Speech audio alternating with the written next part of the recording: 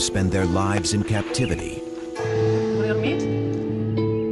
Princess is an American tiger, a distant relative of her wild ancestors.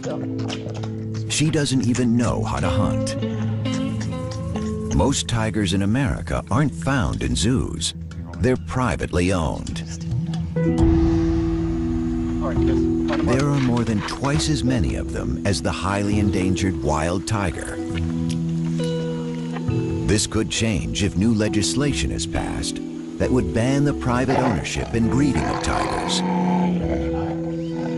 What are the issues surrounding captive tigers in America? And what does the future hold for their wild cousins? Tigers are one of the world's most popular animals. Everybody loves to see a tiger at the zoo. Even the scientists who work around them are impressed by their majesty. Ron Tilson is the senior conservation advisor at the Minnesota Zoo and a renowned expert on tigers. He spent many years tracking and studying them in the jungles of Asia. My heart beats faster every time I see one. Yeah, there is, it's because everything, they represent everything. They are the icon of Asian wilderness. They are the most powerful cat, the largest cat.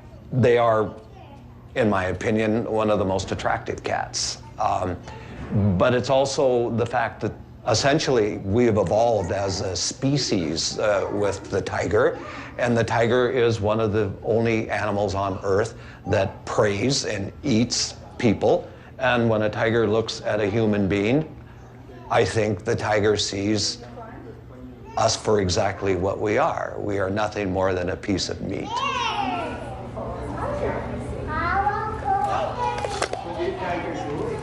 The tiger and the power it represents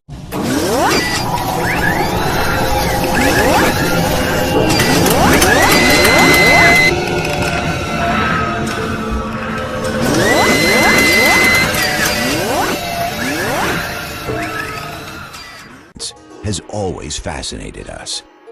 At the beginning of the 20th century, there were 100,000 tigers in the forests of Asia. The first tigers came to America as entertainers. Before zoos and circuses attempted to control their breeding, surplus animals found their way into private hands.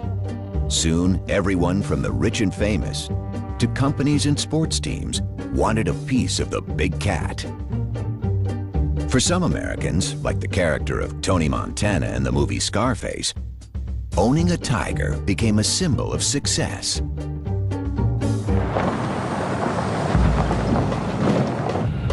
Martin Dins is a celebrity veterinarian and was one of the first to specialize in exotic animals. His talent and reputation led him to work for A-list stars like Michael Jackson and the magicians Siegfried and Roy. He witnessed firsthand the rise of the tiger population in America. The tiger pet phenomenon became a trend, I would say, in the early 60s. We could be driving in Beverly Hills and see a person driving a convertible with a tiger sitting up in the back seat. Or people owning a Jaguar, a big Jaguar, driving around in their Jaguar with it. There were no import restrictions. There were no restrictions on the sale out of a pet shop of these kind of animals. You know, a little tiger cub is nice and cute, so people thought it would be fashionable. It was unique. They could show it off, and it was trendy then. The pet tiger phenomenon may have existed briefly in other parts of the world, but it never had the dimensions it's taken on in America. In the 1970s, actress Tippi Hedren, the star of Alfred Hitchcock's The Birds, embarked on an unusual film project. She starred in the movie Roar, where actors and crew members rubbed shoulders with dozens of lions and tigers. I can't believe we did all that we were foolish enough to do it. So many of us were hurt. You know, that it was, insanity. It was truly insane here. Tippi Hedren radically changed. She converted the Roar movie set into the Shambhala Preserve, a sanctuary for abused and neglected big cats. Her strong stance against private ownership has drawn attention to the issues facing captive and wild big cats.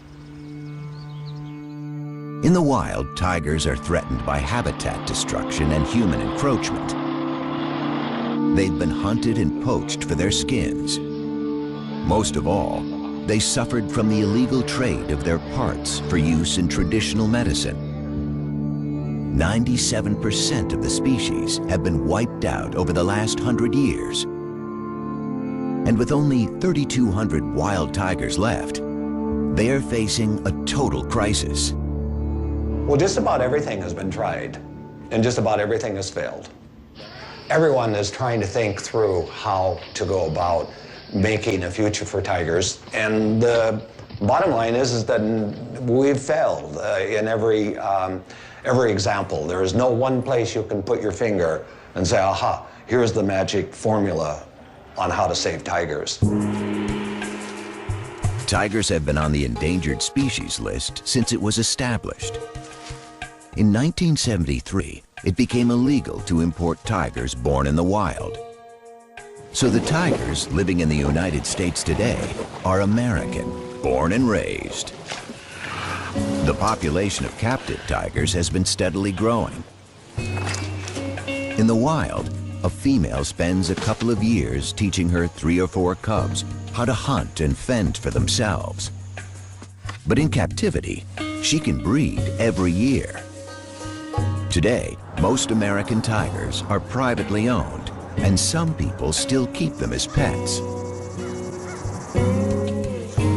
Susanna Kukol and Scott Shoemaker live in the small town of Pahrump, Nevada, with their 6 tigers. Hi, baby. I know. Mama's girl, huh? If your definition of pet is something you throw food at and it's nice and docile, okay, then that's not a tiger. That's my girl. That's my girl.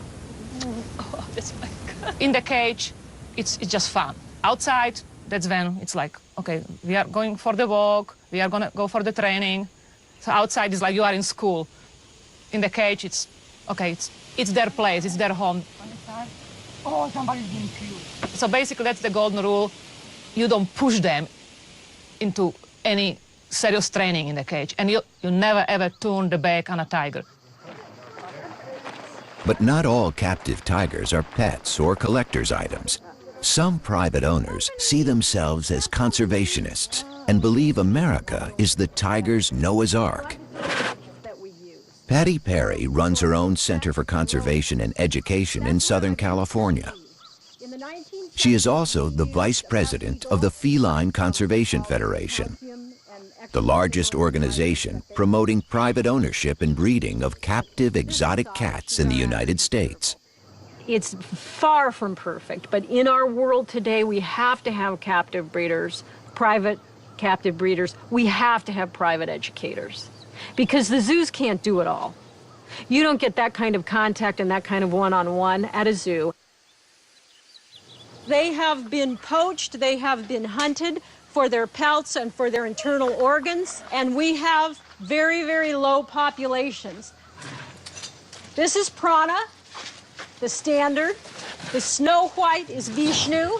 This is my little red-headed stepchild, and this is the one, the golden tabby. He's going to be our biggest tiger here. The tigers is very much an emotional bond. They respond emotionally. I got them all as babies, so I bottle raised them. So there is that connection. You know, they identify me as, you know, mom with the milk. Who wants to feed a tiger?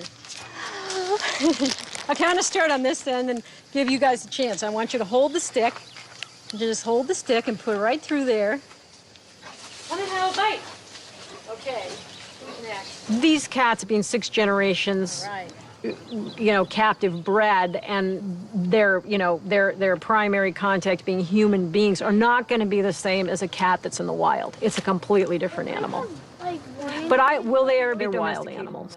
The wild nature of tigers is seen even among those in captivity. In 2003, famous Las Vegas entertainer Roy Horn was mauled during a performance by one of his beloved tigers. The tiger just grabs him, like, looks to be right around here in this area, grabs him, like, just locks on him, picks him up, and just drags him. We just heard all this commotion behind the curtain, and you could hear. It reminded everyone that even trained tigers are unpredictable and dangerous. For 40 years, those guys did 2 to 3 shows a day.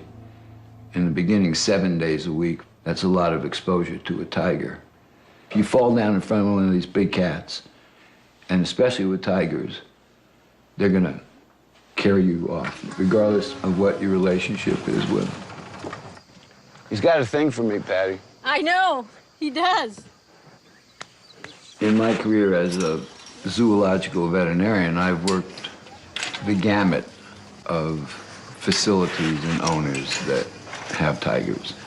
There's the zoos, there's the circuses, there's the private collectors.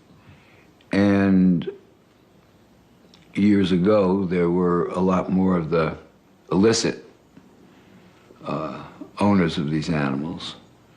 But I've worked for all of them, and I don't discriminate. I have done the best I can to discourage breeding by unqualified individuals. But I took an oath, and is it my business to say, no, I'm not going to treat this tiger because you own it privately? That's on the other side of medicine for me. Lisa Ann Takansnick is an attorney in Washington, D.C. Her organization, the Wildcat Conservation Legal Aid Society, is trying to determine the exact number of privately owned tigers. Hey, I'm calling to follow up with you on the tiger research. You were going to finalize some of the numbers for which state are you still working on? What are we looking at? Alabama? The actual number of tigers in the United States is still a matter of speculation. But the enforcement of laws already in place is problematic. Legislation varies from state